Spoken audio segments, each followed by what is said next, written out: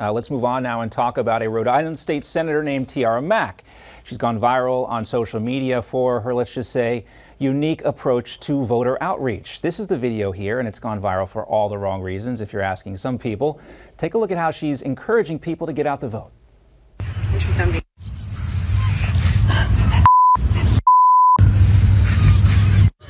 Vote Senator Mack. Okay, well, she posted that video on July 4th. She is a self-described queer reproductive rights activist who also supports the Green New Deal and gun control, but you probably already knew that. The idea of that video? To get attention, and it's working, I guess, right? Of course, she supports Rhode Island's creepy sex education bill for public schools as well. Here's what she tweeted back in February about it. Really excited for the House sex ed bill hearing today. Teaching comprehensive, queer-inclusive, pleasure-based sex ed was a highlight of my time teaching. And if you read the bill, it's as bad as it sounds. Let's talk about this now with the host of the Rubin Report, Dave Rubin. His book is doing very well right now, Don't Burn This Country. And if you're lucky and down in Miami, you can catch him at a special show on July 14th. Dave, great to have you back with us. John, it's good to be with you. Real quick, I reached out to Sir Mix-a-Lot about this video that we just saw there, and he said, and I quote, "I like big butts and I cannot lie." That's what I was told by Sir Mix-a-Lot related to this. I don't know if you want me to comment on it as well, but I thought that stands on its own. Well, I think if you read the comments below her video that she posted, I mean, she's now saying, oh, well, look, I really, enraged the right because I posted a video of myself twerking. And it's not the twerking part that happens all the time on the internet. This is an elected official, a state senator, someone who's supposed to be a quote unquote leader, a role model for our kids. At least that was the idea once upon a time with elected officials. But what do you call this?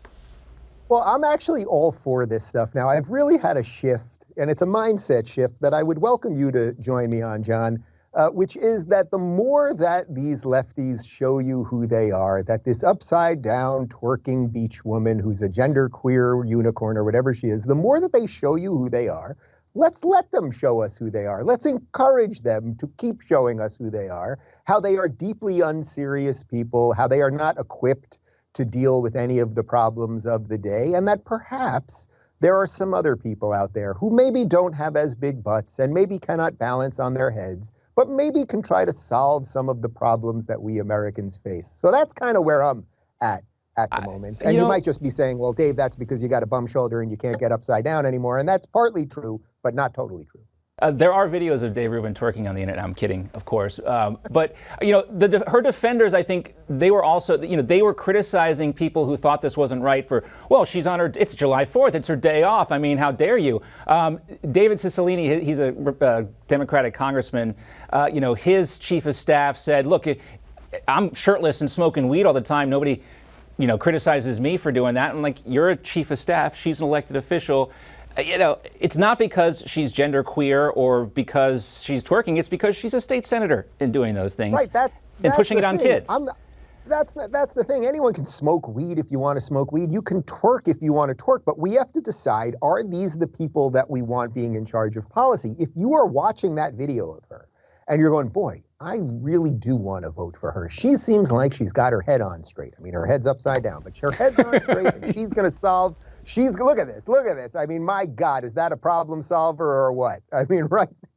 Yeah. Okay, so the choice is clear. So again, I think we should just encourage them to be who they are. Be who you are, people. Fly that freak flag, and let's see what happens. My grandmother was very wise. She told me never to vote for anyone who has their head in the sand either. That was a reference to different kind of bird, but whatever. We'll move on. All right, let's follow up, too, on some Hunter Biden laptop news. I want to pay very close attention to White House Press Secretary Jean-Pierre and how she answered this question about Hunter Biden's laptop. Take a look. What I can tell you from here, standing at this podium, is that I cannot comment on any materials from the laptop. And I would refer you to the representatives of Hunter Biden. That's what I can share with you at this podium at this time. Okay, she says she cannot share any more information, but I wonder, Dave, if this has anything to do with the federal investigation into Hunter Biden's laptop. Oftentimes, your hands are tied when a federal investigation is going on. Either she doesn't want to tell us, she can't tell us. Which one is it?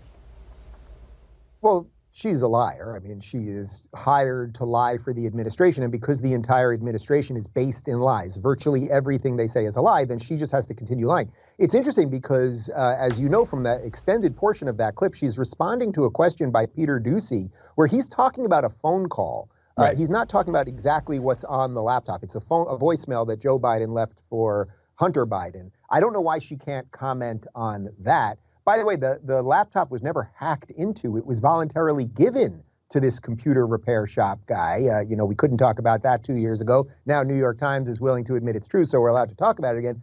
But I think they are really in deep. And, if you listen further to what she said, there's sort of this feeling, I think, that's going to get stronger and stronger, that the machine, or the Democrat machine, whatever you want to call it, it's sort of almost done with Biden. What it had to do was defeat Trump, and they felt that he was the best thing to at least defeat Trump, but it's almost done with him. His slurring and the cognitive stuff and the disastrous economy and the Ukraine stuff and blaming everything on Putin all the time, it's not working anymore. So they're getting ready to figure out who's going to take over in 2024, because it ain't going to be Joe Biden, despite the fact that Kamala Harris said that he's going to run. Although if you saw that clip, John, she was saying he's going to run. He's going to run. Yeah. And I have to say this so I don't get in trouble with the Federal Elections Commission, but whatever, yes, everything's conditional because the law says so, not because it's what's in their mind.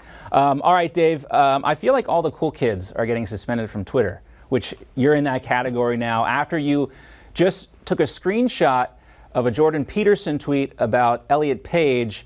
And when you read the stories about this, and they even write stories about you getting canceled by Twitter, that's how cool you are, this term dead naming gets dropped into the copy like we're all supposed to know what this stuff is. I heard about this word for the first time 2 weeks ago. This is when you use a transgendered person's old name and not their new name, but regardless, you're now suspended from Twitter for sharing a screenshot. Tell us what's going on. Yes, Jordan Peterson tweeted about Ellen Page. Ellen Page was, I guess is the correct word, I mean, it's all so stupid, was the actress who we all knew from X-Men. X-Men, that's kind of funny, right?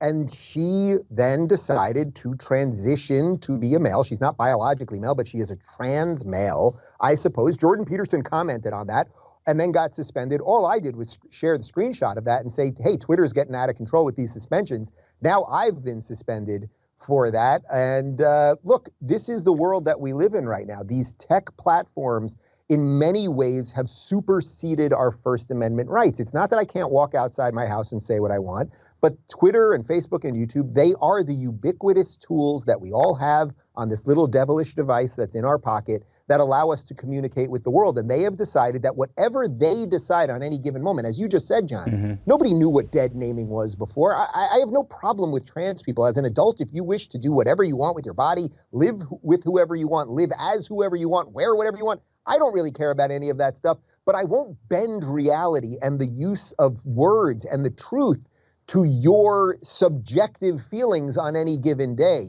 So look, Twitter has said if I delete the tweet, I can be back on. I'm not sure what I'm going to do. Jordan Peterson says he's not getting back on. The debate that I'm sort of having internally is, hey, do you go into the rat's nest and fight, which would be going back on Twitter, or do you say, hey, you know what? That thing is trash. That thing is a burning cesspool. I'm going to go off and build new things, which, as you know, John, that is what I like to do. Yeah. I started Locals for this very reason. We joined forces with Rumble, and maybe that's really the way to go. But, you cannot tell me that the woman who played a female character in X-Men, Ellen Page, that I have to refer to her as Elliot Page now, or I'm not allowed to be in polite society.